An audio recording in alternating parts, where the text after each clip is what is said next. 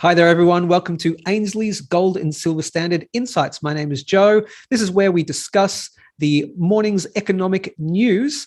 And of course, as always, we are joined by Chris Tipper, and joining Chris today is Josh Lang. Hello, gentlemen. Hey, Joe. All right, let's go straight to today's news. It was about the market surge because of the CPI news. So, gentlemen, let's fire away. Thanks, Joe. So today's news article has sparked actually a lot of interesting discussion around the Ainslie office, which is part of the reason I actually really enjoy doing these, or the process around putting together these insights videos, because you get to have that sort of discussion. So there's been some great debate about what comes next after the CPI data showed that potentially the inflation rate has peaked out. So we may be now peaked, and after that comes a heading back down. So on Monday, when I was talking in the Insights video, I referred to the bond market as the market of truth. It's the best summary we have of what the entire market thinks on any given day. I said at the time it was pricing in around an 80% chance of a 0.75% interest rate rise happening in September, with the possibility that we're even going to get an emergency rate rise this month in August. So I said that I thought that was probably looking at it a little bit too narrowly. It wasn't really fully assessing the situation because it isn't straightforward. And I think people like to make that straightforward jump to inflation's high, so therefore the rate's going to rise. With the rates rising at that fastest pace in history, you're lucky if you can predict where it's going to be a day from now, or let alone a week or a month from now. So surely enough, after that new information that we received last night, the market has now dropped that probability from 80% all the way down to 30%. So the lesson in that is that we really need to realise we're in unprecedented times. So with so many variables that are impacting on the potential outcomes, we need to be really paying a lot of attention, and we need to remain nimble in our thinking and sort of reactive to the data as it comes through.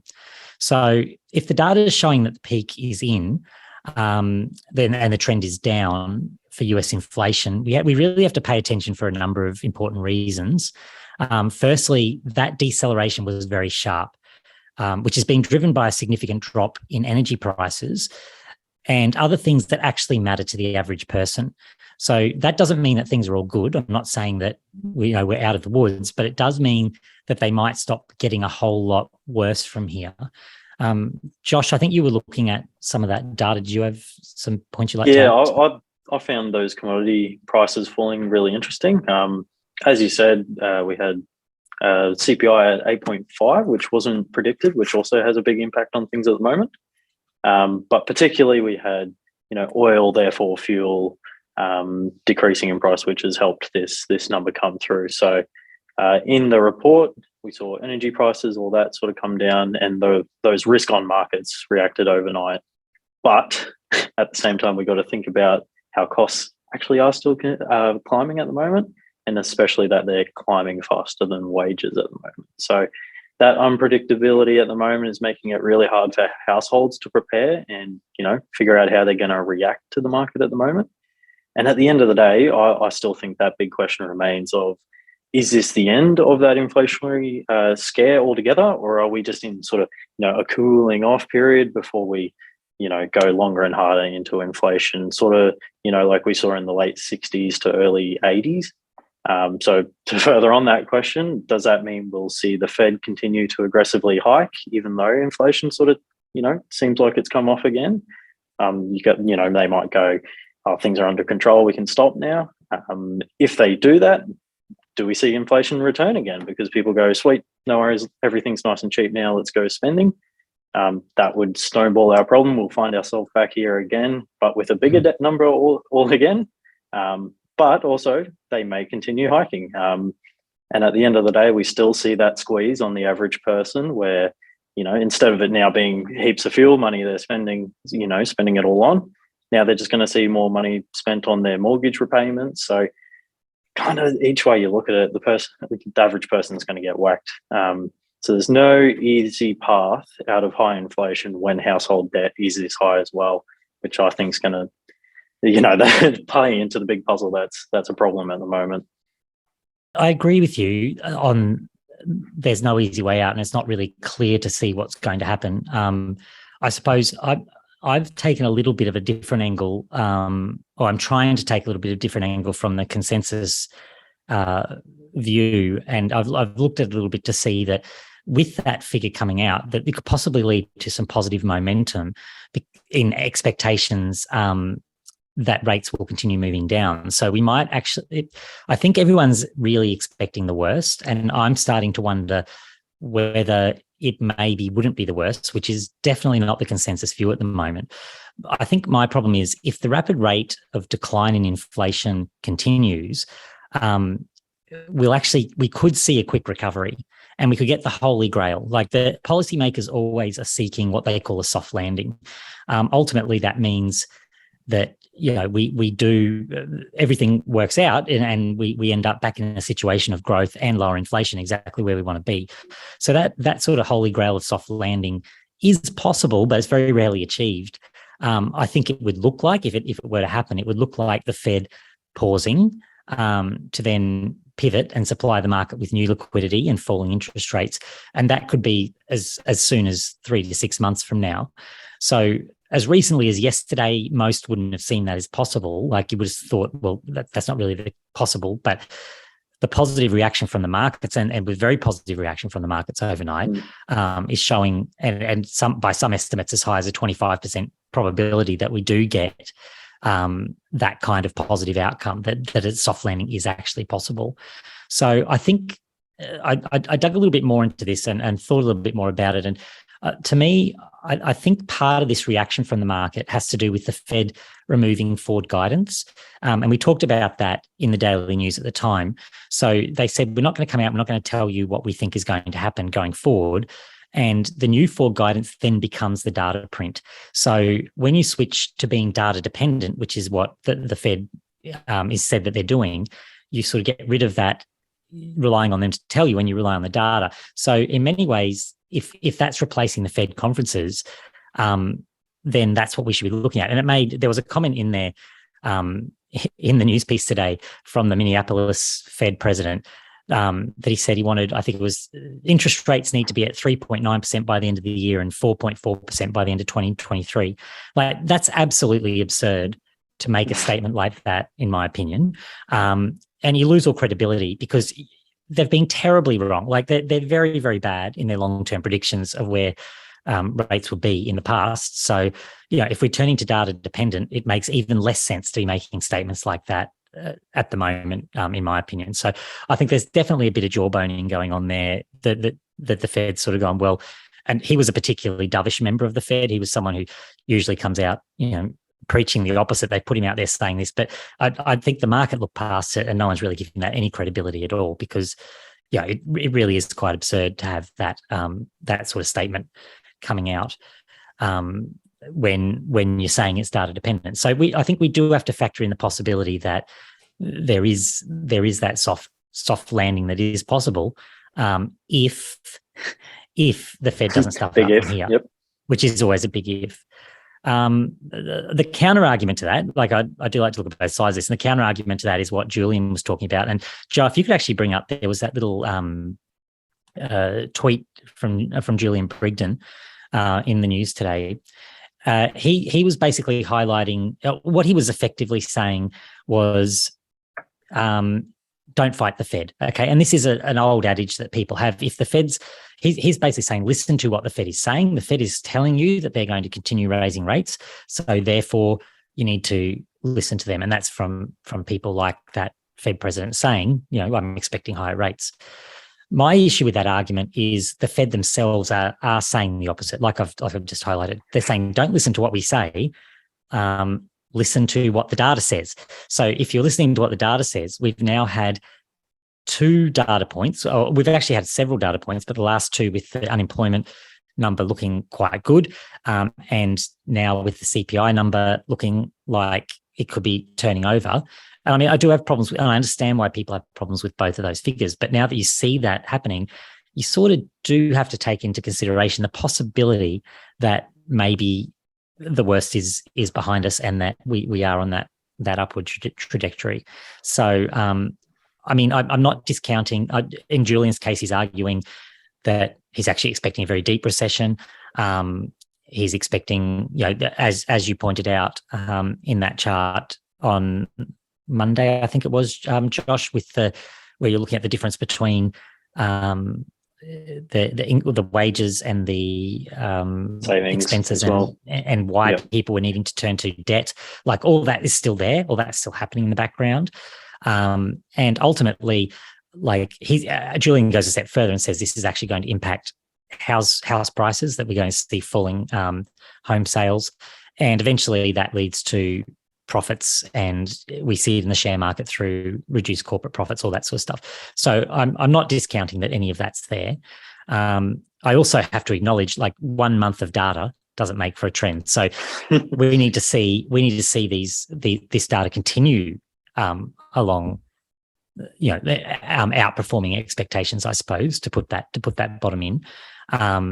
So that a lot of time is going to pass. A lot of data is going to pass before we get to that September meeting as well to really have a strong opinion. So, I personally, I'm probably leaning towards the side of optimism, but I also take the last line of the news today, which was beware the fake rally, cover all bases. Mm-hmm. So, you still need to allow for the possibility of those negative impacts from very smart people who are judging that as well. But there's definitely a lot to take on board from surprises to the upside, like the one we saw on Friday and like the one we saw today.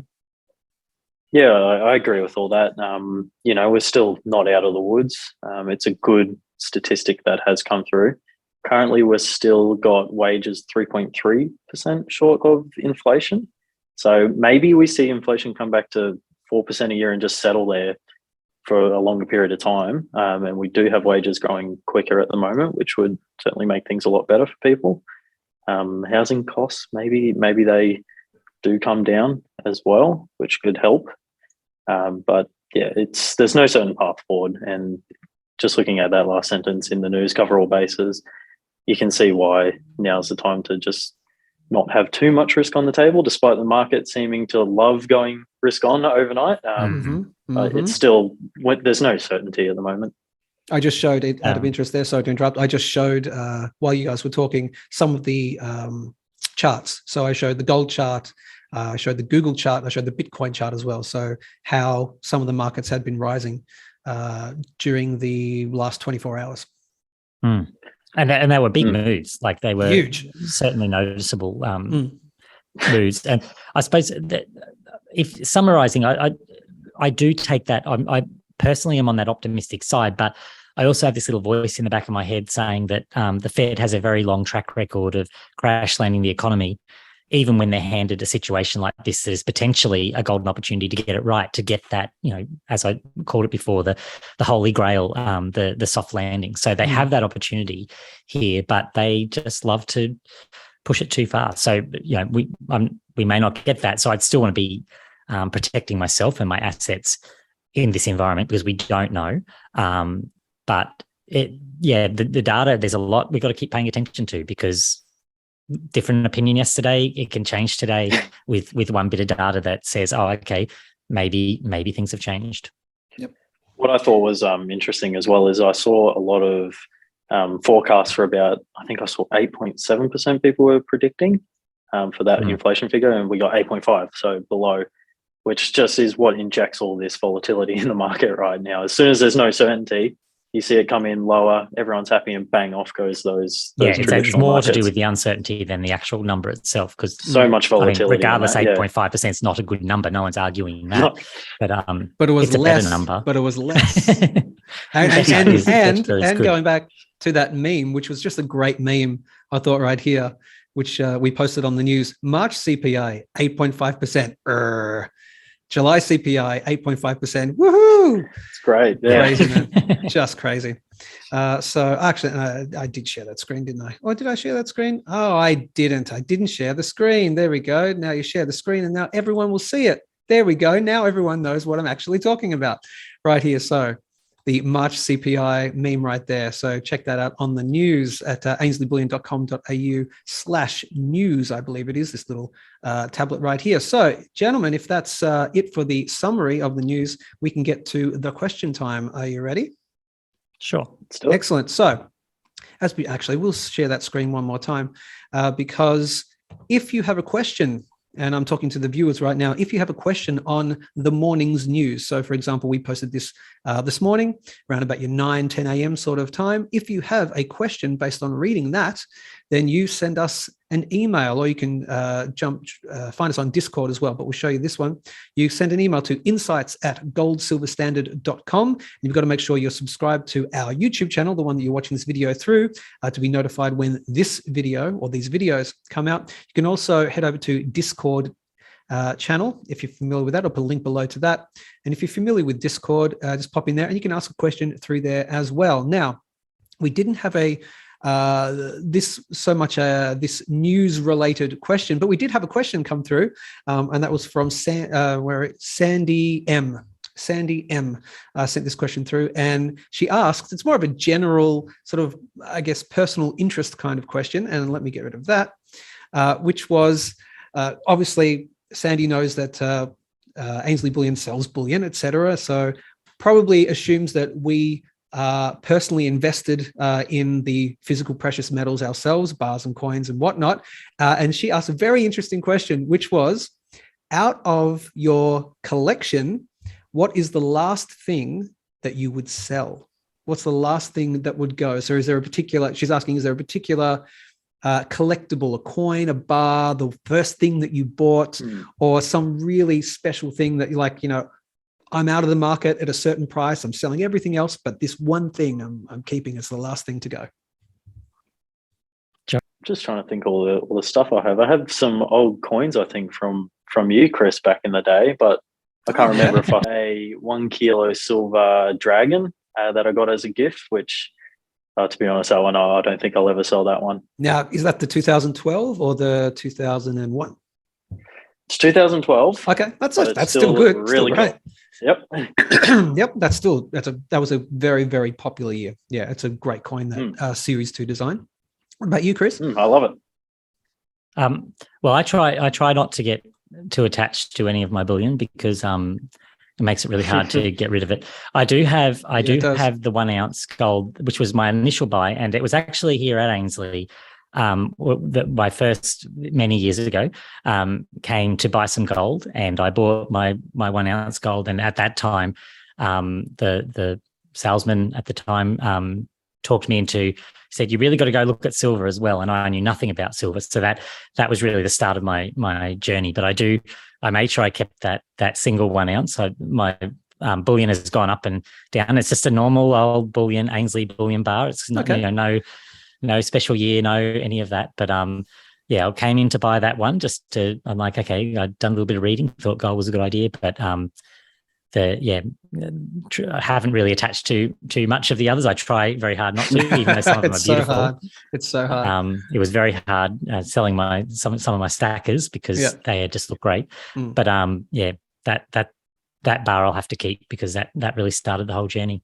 Very cool. Well, I'm going to put my 2 cents in here. I've been stacking since 2010, so I've got a lot of different things.